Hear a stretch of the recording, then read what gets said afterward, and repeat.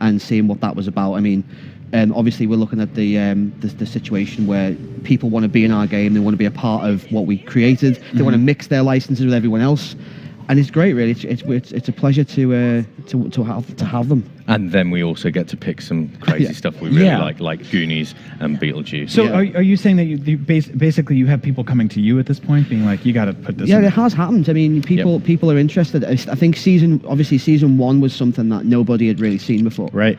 And after that point, everyone kind of wants to be a part of the party, which is an honor. But but the cool thing is, what everyone has to remember. Is that it is just one game. Yeah, it's not like an entirely new thing. That one starter pack still is going to get you new content. So this, what we're seeing here is where you get into the adventure worlds from year one. However, come September 26th or something, I don't know, sometime in September there will be an update and everyone's game will suddenly include this area, which is where you access all the adventure worlds for season 2. Yes. So the area over here, the Shard, is a place that people will have actually seen in the distance in their season 1 campaign, and basically wondered, what is that? And we thought the greatest opportunity would be to allow people to go there in season 2. And so that's really cool. So you had it in the background, and people could see it. Just out of reach. You could just never go there. It's like, what's that over there? Wouldn't it be cool if I could go there? And it's like, yes, it would. That's very clever. I really dig this hub world too, and how each door is sort of reminiscent of the style of the actual theme that it's coming from. The Adventure Time one obviously being completely ridiculous. Now, I'm seeing some like sort of transformations and stuff. Is it like challenging to figure out a way to bring all these characters together within the kind of rules and the laws that you've placed down for the way characters work in this game? I think one of the big things when we made Dimensions was, just look at that. The Jake trampoline. It's hard not to laugh at this. I love it. It's just ridiculous. One of the first things we thought of doing, I mean, obviously there's the Break the Rules slogan, which was a part of season 1 and very much a part of season 2. But one of the big things is to not have too many strict rules on what you can and can't do in a level. And the minute you open that up, you can have things like the Jake trampoline. Yeah. Because it doesn't matter if you jump over the puzzle, because anyone can go there anyway. Yeah. And it was like opening the whole game up to free play, which is something that is a concept from our standalones, really. So it's like saying that the biggest rule is that you should have less rules. Yeah. Exactly. That is quite literally it. I come to, because we obviously work together, I go to Jimmy quite a lot saying, I'm just wanting to do this, what's the rule? And he's just like, there's no rule. There's no rule, just do it. So I can just do this. And he's like, you just do whatever you want. It's like, okay, we'll do that. Which I'm sure the audience appreciates, because there's a certain level of character interaction that they expect at this point, and to limit them, I mean, that's not fun, right? Yeah, exactly. I mean, it's like almost every level is its own hub world in many regards, because there are no rules. You can do what you like, and this looks so good. This is amazing, this place. And it's the concept of allowing other IPs to be in that world as well, which is something that very few games, if any, out there can do as freely as we can. You know, we can put, for example, Homer in the Portal level in season 1, allowing us to just do that. We just think of a cool puzzle. Wouldn't it be great if Homer came in on the wrecking ball?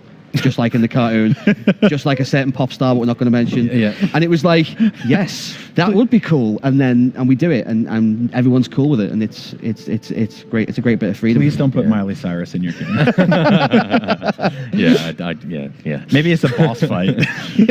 Final boss. So how do you sort of figure out a way for people to interact with all of these worlds when they're not necessarily so connected with the source material? Like, I know a kid today might know Harry Potter, but you've got the A-Team.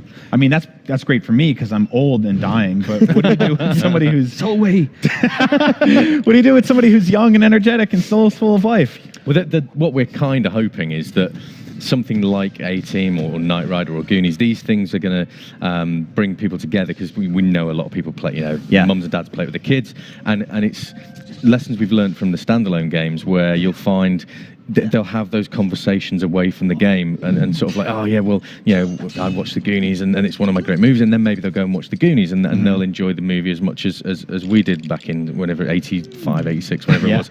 And that's kind of the great thing about Dimensions. There's something for everyone. but the fan service is always what we're trying to make sure we do, isn't it, with each Yeah. IP? If we nail Knight Rider and it's everything that show was about, people will enjoy it. Yeah. They will go and watch every Well, I think it's episode. I love the idea of that, by the way, like a 10-year-old kid going on YouTube and just watching old reruns of Knight Rider. That would be so Yeah, good. that would be amazing. Yeah, I mean, yeah. I think that is the thing of it's experiencing them kind of licenses with your kids. Yeah. Because obviously there are a lot of people who buy these games, and especially with Dimensions, you can kind of go, oh, you didn't see Goonies, but this was one of my favorite films growing up. Yeah. Play the level, and then the kid's more interested. And we had it with Lord of the Rings. We made Lord of the Rings. Some people had never seen the film. Some kids, they played the game, and then they wanted to see the film. It's a very similar thing, and with us being very family orientated, that's kind of perfect for us. Yeah, no, it really is. I wonder how many of them watch the film and they're like, "Where's Homer Simpson?" Yeah, it's like why is there no Daleks in this? Yeah. I don't quite understand what happened there. So how do you sort of space out the roadmap for a game like this? Because I know we see all these characters in front of us right now. Would they all be available at the same time? Would they come out sort of piecemeal? Well, these ones that we've got here are generally the ones that are in the first two waves. So I think it's September the 26th in the US, September the 30th in Europe. That's when we get wave one. So that's what we've got in wave one. Harry Potter, Ghostbusters, what's the other ones? Harry Potter, Mission Impossible. Mission Impossible, yeah. So many. It's so hard to remember them all. Wave 2, I think, is Fantastic Beasts and Sonic and Gremlins, I think, and a couple of others. Yeah. And it's just it's kind of like just making sure that they're nicely spaced, because you can't throw too much stuff at everyone all at once. Right. But this, the assortment is so diverse that we're still, looking at certain things like Beetlejuice. We still haven't got the actual minifigure in the office yet. We're still waiting for that to come in. The design so looks exciting. cool, though. I mean, that's going to be one of the more terrifying looking Lego minifigures ever. I mean, that is a rotting corpse of a man from the 80s. Yeah. He's Fun got for the whole family. He's got some complexion issues. There's no doubt there. That's a sensitive way of putting it. Yes, he's dead. Yeah, but that's it. Yeah, I like the idea of someone sort of going in reverse and collecting these toys and then realizing, oh, there's a game here. Yeah. I think I could see that happening a lot, especially with people like, like I said, my age, who are like, maybe I'm not ready to play a family-friendly video game for the whole family. Although me personally, I play through all the Lego games. But I haven't had a Gremlins figure in a very long time, and going and buying it and finding that it connects back to the game. Do you guys see that happening a lot? Yeah. Yeah. There's a lot of collectability going on with the figures. I think a lot of when we first showed season 2, I think everyone went ape when they saw Gizmo. Yeah, because all the year 2 figures are unique. Yeah. And for people, there's a lot of people like us that collect Lego and love collecting minifigures. And this year's minifigures are, Sloth is astronomically good, isn't it? Yeah. I tweeted that picture at the moment I saw it of that Sloth minifig, because it's like I'm trying to understand. And we talked about the rules and the sort of the laws of things before, and I was like, how does a Sloth minifig work? Is it just a helmet on a regular guy's head? Is it a whole sculpt on its own? Yeah. It's really cool. It's also really cool to see the little vehicles you guys are doing. I mean, you've got the van from A-Team, you've got Sonic's car, which I still don't understand because he should be fast enough with his own legs. But I won't ask questions. Hey, look, he games. likes to car for the chicks, right? That's what he's the car for. That's what it's about. What the? I won't get into that. You know where to find those drawings. So, and even you've got the Ghostbusters stuff. So let's take a look at Sonic here. Now, like right now, from a glance, if I just looked at this and walked away, I'd be like, oh, there's a brand new Sonic the Hedgehog video game. Yeah. And you dig down a little more, and you're like, is that a Lego minifig? Yes, it is. Yeah. Yeah. So this gives you an opportunity to completely change the perspective of the way people are playing. The idea behind, I think the big thing for us was it was very similar to when we worked with Valve.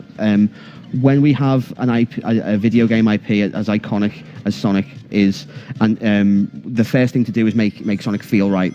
And the first place, of course, is Green Hill. Yeah. And his movement, we worked a lot on his movement and how he moves around, how he spin dashes. We've got such a great relationship with Sega. They'll even send us like little tiny drawings on Post-it notes and stuff of what they think he should do in these particular moments. They're really cool people to work with. It's the only acceptable time to get Sonic drawings. It's amazing though. They'll just send us like, oh, that animation you've got there, really cool if you did something like this, and they'll just sketch, really quick sketch, and you want to keep them. It's like, this is from the people who made Sonic. That's So, like, what if I was to try to play this level with a different character? You can. That's because Jimmy and I were playing before, and we were trying to see which character looked the most ridiculous running fast like Sonic. Right. And there are a few.